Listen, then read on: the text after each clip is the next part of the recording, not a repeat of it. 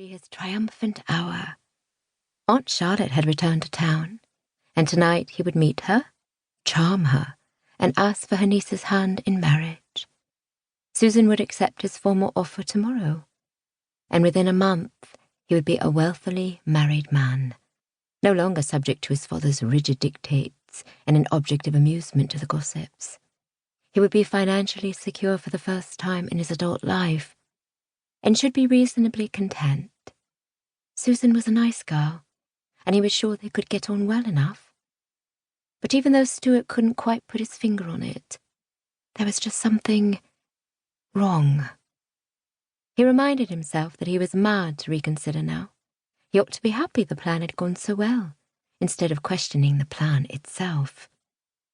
If only it were done already, and he didn't have the luxury of wondering whether it was the right thing and not simply the least objectionable thing. He forced aside his doubts as the door clicked open behind him. Susan hurried forward, wringing her hands. "Oh, Drake," she said with a little sob, "what are we going to do?" "Come, my dear," he said in surprise, taking her hand. "What's the trouble?" "It's Aunt Charlotte," she wailed, gazing up at him with wet eyes. "She'll never let us marry.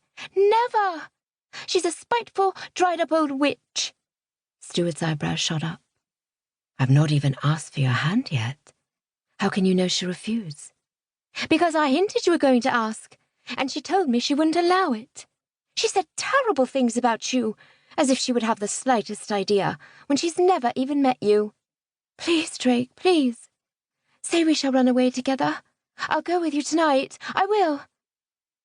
"That would ruin your reputation," he reminded her. "I don't want to do that to you." "I don't care!" She flung herself on his neck, sobbing loudly now. Stuart patted her back for a moment, suppressing another sigh.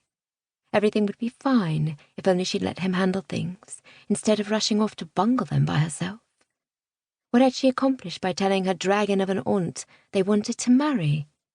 Nothing good. Now the woman had made up her mind against him, without even the courtesy of meeting him. While he still had every confidence he could persuade her. Elderly ladies were always impressed by a title, even a future one, and Stuart did move in the most elegant circles in London. It would have been far easier had he taken her by surprise. "Come, calm yourself," he said when the sobs seemed to be dying down. He extricated her arms from around his neck. "You must put on a cheerful face and go back to the party." She sniffed and rubbed her face with the handkerchief he offered. "A sad face is the least of my problems, thanks to her. I can't imagine what my papa was thinking, to make her my guardian." "None of that is within our control, so we must simply try to make the best of it.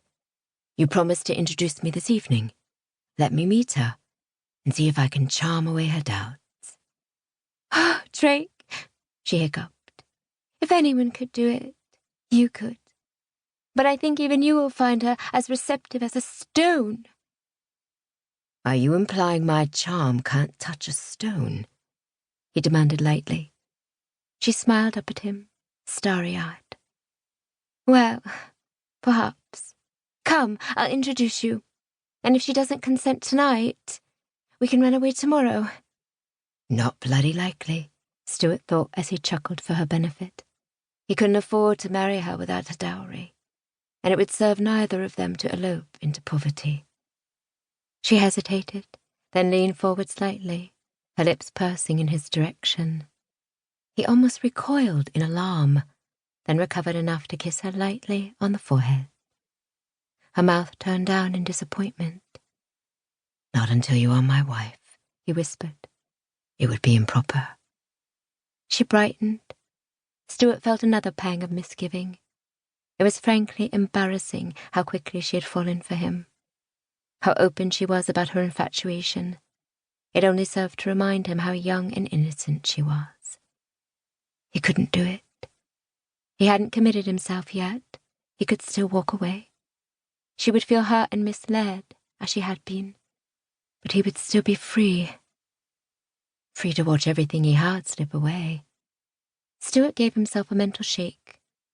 Oakwood Park needed only another year or two to become profitable, and Stuart refused to let it go now.